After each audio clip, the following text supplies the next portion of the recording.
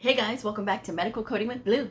Today's episode is all about bouncing back after failing a medical coding certification exam.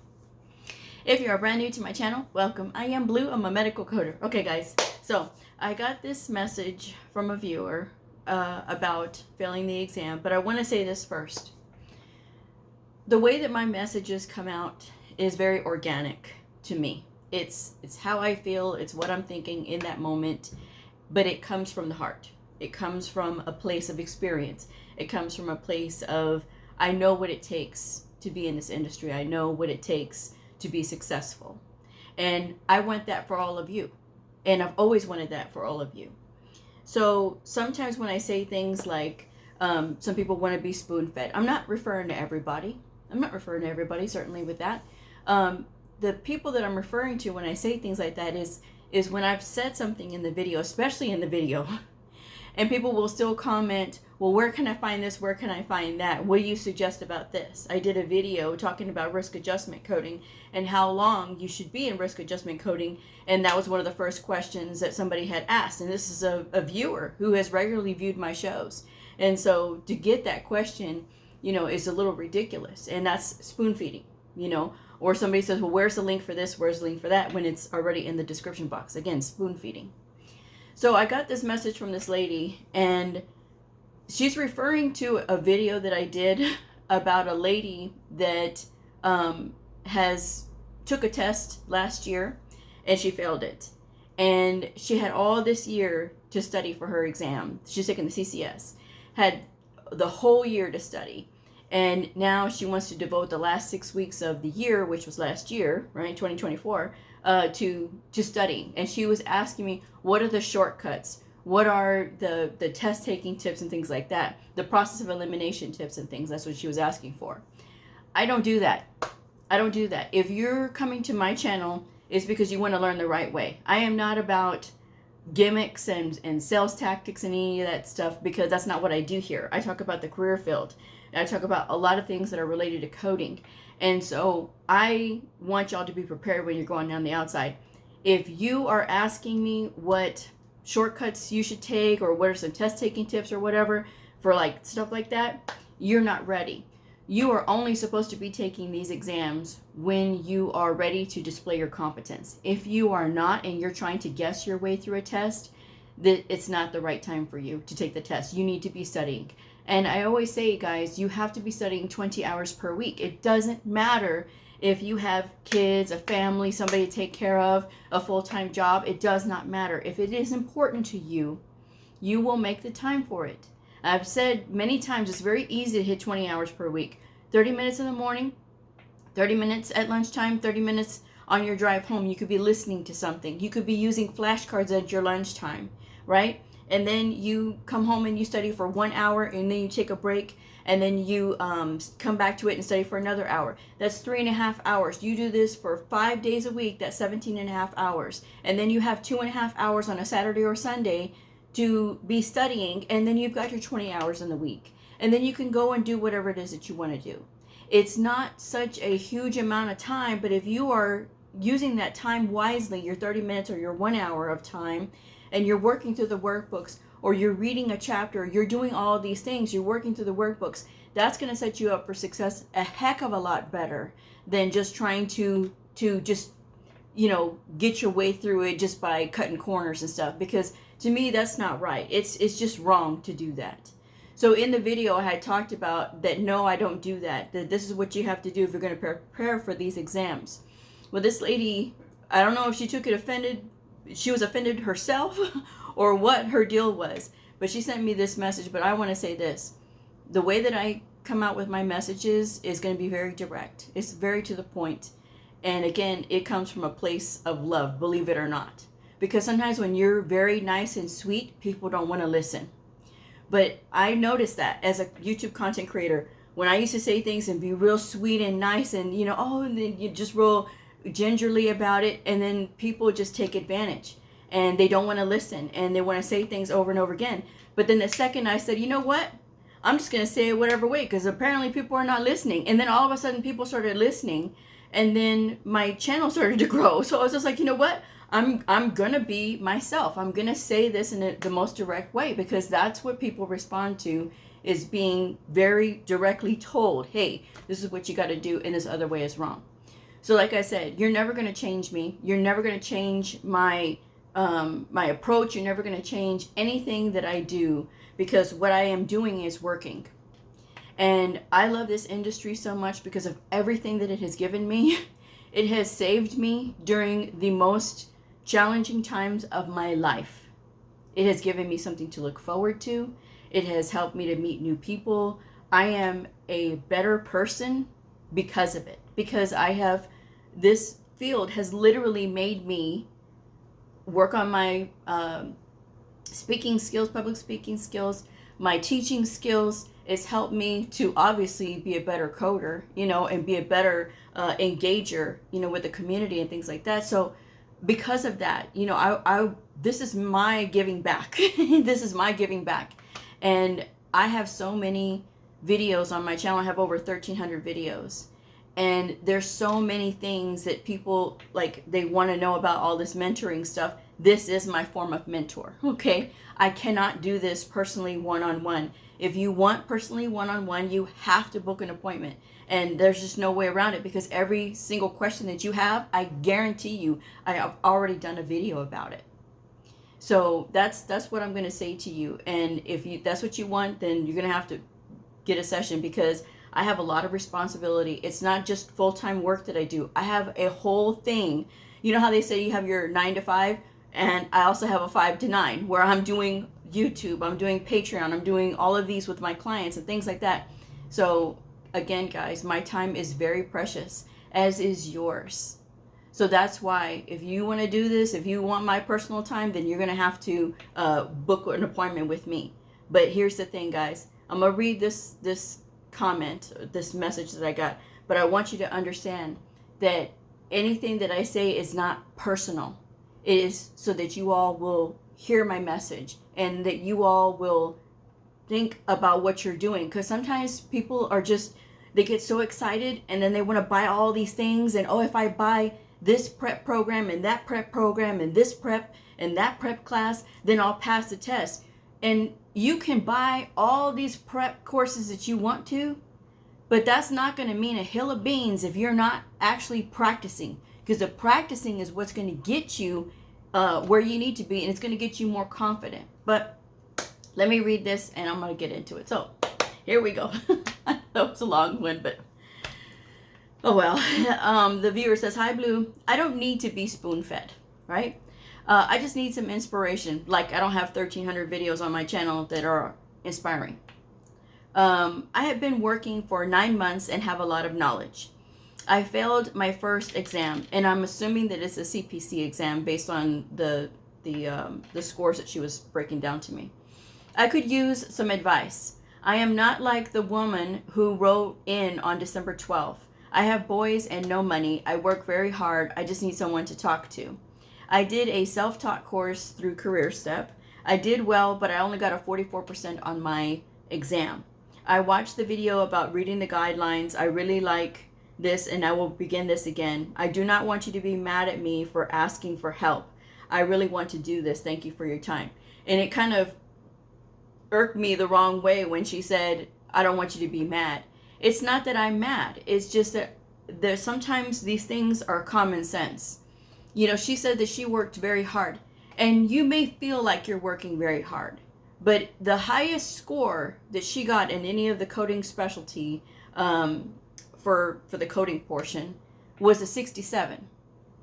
If you're really working hard, you would have scored higher than that. It doesn't matter how you feel, or you're nervous, that does not matter. If you are legitimately studying like you're supposed to, and not just putting in only barely 5 hours or 10 hours per week, then you would have scored higher than that. This field, we have to know what doctors know while never having gone to medical school. Now, I've said that. No one else has said that but me. And the reason that I say this is because it's true. We have to read these medical documents. We have to make sense of it. We have to understand it. The doctors do not have to use the terms and the words that are in the code books. We have to be able to translate those. So if they're saying something and it's not in the code book, we have to figure out what it is so that way we can find the appropriate code. Because sometimes it's not always going to be labeled as the same thing. Sometimes people say things differently in the medical field, but they mean the same thing, or they mean, whatever, I'm just saying. And that's just an example. But that's what I'm saying, guys, is that sometimes you're going to have to understand all of these things, and it takes you that you're critically thinking. It takes you that you're getting into it and you're practicing with the workbooks. It may seem like a lot to you guys right now, like when I tell you, that it's all this stuff that we have to know, what doctors know while never having got to medical school. And I guarantee you somebody just got scared because they're not listening to the rest of it. They've just freaked out just now because they say, oh, Blue, I didn't know it was like that. Okay, yes, you can. I came in with no experience for medical at all. You know what was my thing when I was starting is I was going through a divorce. I had to move back into my mom's house. And with all of this, I'm trying to get my life back together and trying to get myself going right again. I've got an ex-husband right here.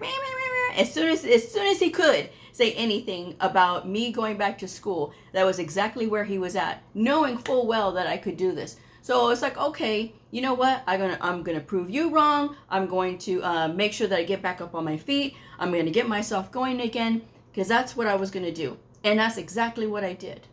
And I have no regrets about the intensity, as Dave Ramsey says, the gazelle-like energy that I put into doing my work. I had no regrets for it because it's helped to shape me. It helped to prepare me because I wanted to get back up on my feet. I was just like floundering, and I was trying to like pay my bills, and my mom was helping me. And when I had to move from my hometown, and I had to move 8 hours away from my hometown, she got me an apartment. She helped me. And so those are all things that I'm so grateful for. But the thing about it is, guys, I would not have been able to get through all of these things if I'm sitting here thinking, oh, well, if I'm in this lady's shoes, I've got boys and I have no money and I have all this. Okay, but you do have the ability to study. You do have access to the public library. You do have access to YouTube that has all of these videos that, by the way, there was nothing like this and nobody like me, and there's still nobody like me on YouTube the time that I was learning. And I was learning in 2008. So I'm giving you guys all the things that I know. And so I'm going to call out anybody that I see that wants to be spoon-fed. I will call you out for it because you deserve to be called out for it. I'm not saying that this lady was, but the other lady was that was asking for the shortcuts. That's spoon-feeding. And anybody that asks for something that's already in the description box, that's spoon-feeding. And if you don't like it, there's plenty of other places that you can go. You certainly do not have to watch my channel. But what you will get here is somebody who cares. Somebody who cares enough to tell you that if you are not studying enough, you need to buckle down and start studying more. I don't know how many hours this lady had put in to study, but I guarantee you it was not 20. It was probably more on the line of 5, maybe even 10. But I doubt it was 10. And I'm not trying to be so hard on the lady, but what I am trying to say is your kids are looking at you, and this is not just to that lady. This is to anybody who's in this situation who's saying, I failed, what do I do? I have many videos on my channel that I talk about studying 20 hours per week. I actually give you the specific books, but y'all are looking for test prep books. You don't have to look for test prep books. If you look at the domains of the CCS, CCA, Ccs-P, or the CPC, you will see that the majority of those exams is coding knowledge and skill. So if you are practicing, reimbursement is also a big part of those exams. Again, if you're practicing, if you're going to the CMS website that is free, if you're looking at the Medicare Learning Network that is free, you will be able to see all those resources and references that can help you to study. Instead of looking around waiting for somebody to tell you, when I already have all those videos that say what to do when you have failed. And the number one culprit, I've done that survey before where I ask people, why do you think you failed? If you failed your exam, why do you think you failed? And the number one reason why is because they knew they did not have enough time studying, that they were not putting in 20 hours per week. And there's your magic number right there. That's the magic number right there. And somebody says, oh, well, I made it through in 10, 15 hours per week. Okay, then fine. Whatever. Maybe you already have a base. But there's a lot of people that don't have that base. They don't have that base knowledge, and they're getting into coding. And they have no idea what they're getting into. But they hear that you can code from home and all these other sales tactics that the schools tell you. And all these ridiculously high salaries that they tell you guys. And they dangle that money in front of you. And then people are just all after that. But then not really thinking about, okay, well, you have to work up to that.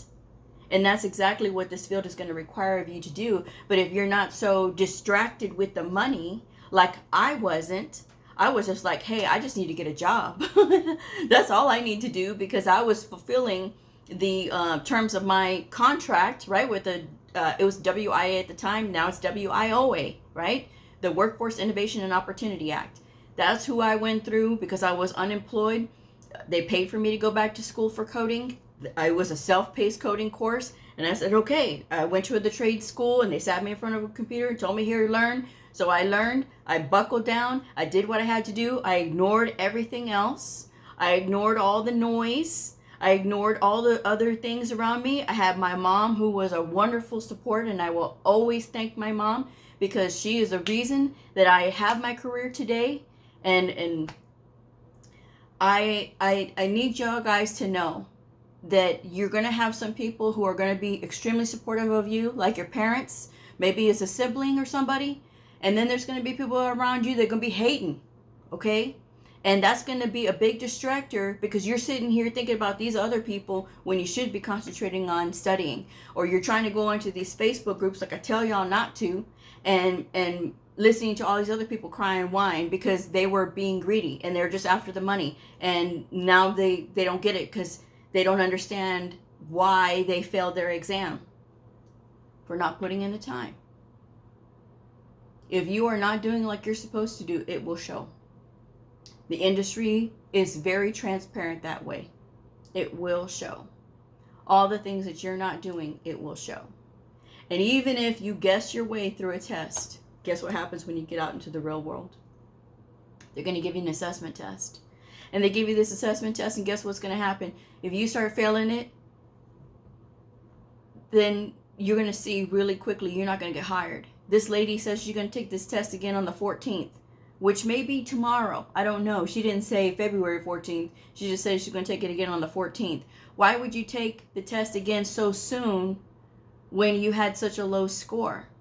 And that's the other thing too, is that if you failed the test and you got a low score like that, you didn't score high in the coding categories at all, you have no business taking the test again 30 days later. Oh, I'm going to try again. You're just setting yourself up to fail. You need to take 90 days or however long that voucher will last you. You need to take that time to go back to the drawing board and study again. And again, this is not to put y'all down or anything like that. Don't think of it like that. Think of it like, hey, we've got to get on the ball because I wasn't doing something that I was supposed to do. I wasn't looking at this stuff right. You know, I've been watching Dave Ramsey, you know, the budget guy. And so I've been watching him. But, you know, again, a lot of the things, he's very direct. He's like me with you guys, you know. But he says things are stupid a lot. But he says a lot of things that make sense. And sometimes people do things and there's no common sense there. And it's the same thing like with this. Are you studying? And it's like Dave says, are you saving? Are you paying your bills? You know, are you studying? Are you putting in the time? Are you waking up early? Are you staying up later after the kids are asleep or whatever? You know, you could be listening to the guidelines like I've told y'all before. I'm not going to explain it again because too many of y'all were so ungrateful about that and complaining that, oh, the voice is so monotone. You know, you can always change the voice. I'm not a tech savvy person, and even I know that. I'm just saying. So you could be listening to these things, and I've said you can watch it on my videos because I've explained it so many times, and even she was able to find that video. So again, this is just a small thing that you could be doing to kind of bridge that gap in between, but you keep exposing your brain to the stuff that you need to be exposing your brain to, like those medical terms, the guidelines, watching anatomy videos on YouTube, and now things are starting to make sense, because when you're looking up a code, you should know exactly anatomically where you are in the book. And if you don't know, you need to be looking it up. Because sometimes even I would get confused in the beginning. Coracoid and coronoid are two of the ones. I was like, okay. I have to remember where these two things are at in the beginning. Now I know where they are. You know what I'm saying? So, but that could be you too, guys. That could be you too. So that's the thing. There's no excuse. If this is something that you want to do, if you're saying, Blue, I've been studying, but I just still don't understand. You don't have no money? Fine. Go on LinkedIn and write your question directly. Don't write your sob story. Don't write all of these things, but write something directly. I'm curious about modifier 25. I think about this, and in this example, it's this, and this. Thoughts. You can, and you'll have a whole conversation going. And LinkedIn is free. Okay? And again, I've said before, if you get ultimately stuck, you need that one-on-one structured time with somebody, hire yourself a tutor. There's tons of tutors out there, guys. Tons. And you can go on LinkedIn. You can ask for recommendations. I'm a tutor myself. My rate and contact information is in the description box below. So that way you can find out who you can get with and work with them. So that way they can help you to learn. But a tutor is meant to answer the questions. They are not meant to structure a whole lesson plan and things like that, because then you're looking at school and things like that. And that's not what tutors do. Tutors explain what you're getting hung up on.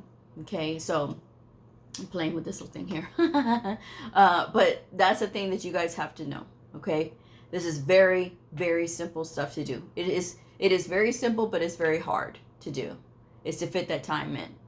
And the always coming up with excuses of why you can't do it, because of the kids, because of this, because of that. You're not constantly watching those kids, especially if your kids are a little bit older. Now, if they're younger, I understand. But if they're a little bit older, they're teenagers, because I had this one time this lady goes, oh my God, Blue, I feel so guilty studying. And I'm like, oh my gosh, why? And she's like, because, my son, and I just feel so bad because I can't cook for him. I'm not with him. And I'm like, my God, how old is your son? She's like, he's 16. And I'm like, ma'am, he can make himself a sandwich. He can get himself a bowl of cereal.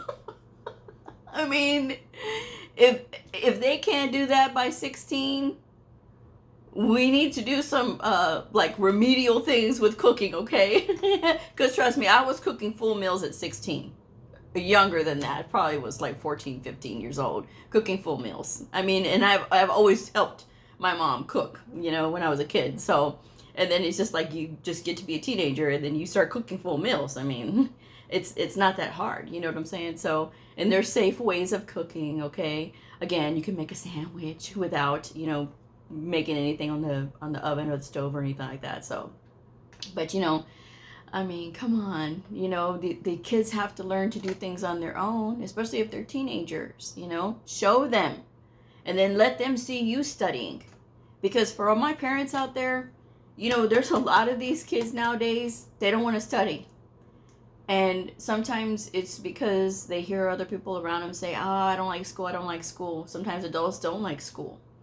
But it doesn't mean that school can't be fun. Maybe the experience that you had in high school wasn't the most positive experience, so maybe that kind of shaped your view of school. But now that you're an adult and you're going back to school, your kids see you.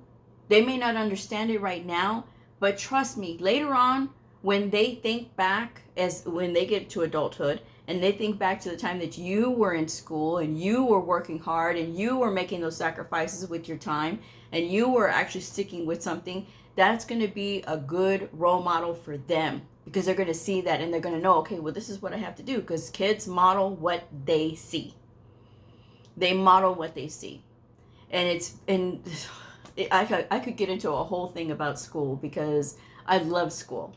I love school, and I feel so bad for these kids nowadays that, you know, they go to school and then there's kids that are disruptive, and it's like, why are they disruptive? Because there's other kids that want to learn, and these kids that want to learn, how do they learn? And if nobody's telling them, if they don't take the time to go on YouTube and watch videos like on Crash Course, where they can watch anatomy videos, they can watch medical terminology videos, or videos about social studies or pathophysiology or any of these things, any of the sciences, government, they've got all kinds of videos on Crash Course, on the Crash Course channel. It is like homeschool. It is awesome. It is a great channel. And trust me, biology, oh, they got you covered there on biology. But, you know, if kids are not taking the initiative to do those things and they're just off doing whatever, TikTok or whatever, you know, again, I could get into a whole nother conversation about education with the kids. But we're talking about education for the adults, okay? And coming back after you failed your exam. And guys, if you take this time to study those 20 hours, and you do this consistently for a month, and you say, okay, now I'm going to retest again because I think I've got it now. And then you go back in a month later, all those hours that you spent studying, 20 hours, that's 80 hours in a month that you did. 80 hours in a month. And then you're going to see the difference, because now things are going to be more familiar to you. The book is going to be more familiar to you. You're not going to feel so lost. Because to me, it worries me when I see people that they say, well, I got so nervous during the test, I forgot where everything was and I forgot which book I had to look at. Really? If you're taking the time and working with those books 20 hours per week, you're going to know exactly which book you need to be in. So that's my advice to you guys, because you can do this. You can absolutely do this. Okay? You can absolutely do this. And don't let anybody or anything stop you from your dreams, guys, because it's possible for anybody. It is literally possible for anybody. But you just have to put your mind to it. You have to put that effort in. And you got to stop looking at these stupid shortcuts. You got to stop circling all these things in the book or adding all these ridiculous tabs. Do you know the tabs get in your way? I'm just saying. Tabs get in the way because you still, and it'll slow you down too, because you still have to look at the side. Oh, where do I have to go? Unlike the person who's been studying 20 hours per week and can just know by flipping, and they have that muscle memory down so well that they can just flip through the book and they know exactly where to go. Anybody else who sells you a bill of goods that you need to be doing all this circling, again, think back to what Dave Ramsey says. Common sense, guys. Common sense. Use your book. Explore the books. Practice with the workbooks. And don't get hung up on all these other extra courses and classes and stuff. Oh, test prep. All that is just more practice. What do you think you got with these books? Why are you spending more money? I'm just saying. You have the power to do this all on your own by yourself. I'm just saying. So with that said, I'm going to go ahead and wrap this one up. But guys, thank you for listening to my messages. If this video does help you and the message does reach you, because sometimes people are like, okay, Blue, this is what I needed, because no one's going to tell you unless they care. Okay? And again, it's all in preparation for what you got coming in the real world. All right? And wouldn't it be better for you to be prepared with all of this than to not be prepared? I'm just saying. So with that said, I'm going to wrap this one up. Thank you guys so much for joining me. If this video helped you, please like, subscribe, and share. And I'll see y'all next time. Bye.